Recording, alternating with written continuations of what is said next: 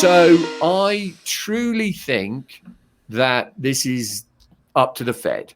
We just have to force the Fed to the point that they capitulate. And as I said, it will not be a painless process because what you are asking them to do is viscerally repugnant to them. What does that capitulation look like? I'm trying to kind of set the stage here of so I would what the think mechanics. It would be. No, I think it's a broad. I think it's a combination of a broad risk-off VAR type event in markets where everything is kind of selling off. Let's step back a second. Yeah. What is the Fed doing? What are the actions that are indicating the Fed's capitulation? So is it raising Fed fund rates? So you pressurize them by getting weakness in the economy from the backup in rates. Let's say housing goes, right? Let's use that 66 analogy. Housing goes, markets are under pressure, dollars pushing higher, all of the things that they don't want to happen, that they structurally believe, are still necessary, that you're tightening financial conditions on them, basically, right? And they don't want that to happen, clearly.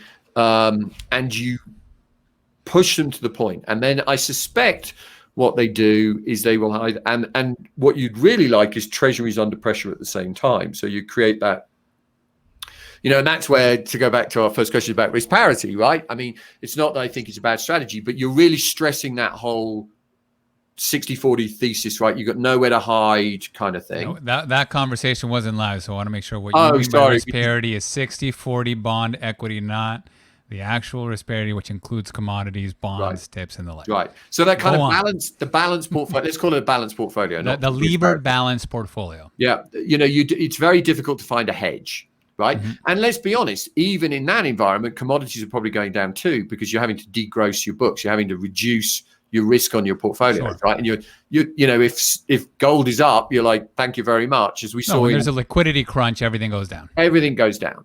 So I think you need that kind of liquidity crunch, and you need the Fed to come in and step up their purchases. I just don't think. I think on the longer end, right? It has to happen on the longer end in order to actually flatten the yield curve. Yeah, I think it probably does happen on the longer end. I think it has yield curve control all down the curve, because if you, I'm actually a little concerned that if you're, say, causing this stress just like now, where bonds are not backing off, even though equity is weak because of the data. So fast forward to, let's say, September. And one of the things that I've been listening to is companies talking about, we just can't find people, right? We want to bring people back to work, but we can't find them because this unemployment's just got extended to July, right? So people are just sitting there going, I'm not taking a nice old paycheck. Right, I'm not going to take $15 an hour. I'm going to sit and play, with my Xbox, and I'm going to wait till August and it runs out. And then companies will be offering me $20 an hour. Well, what happens in August if you get 1 million non-farm payroll number, right? I mean, some blowout bloody number with average hourly earnings jumping, and at the same time you're printing the highs on inflation.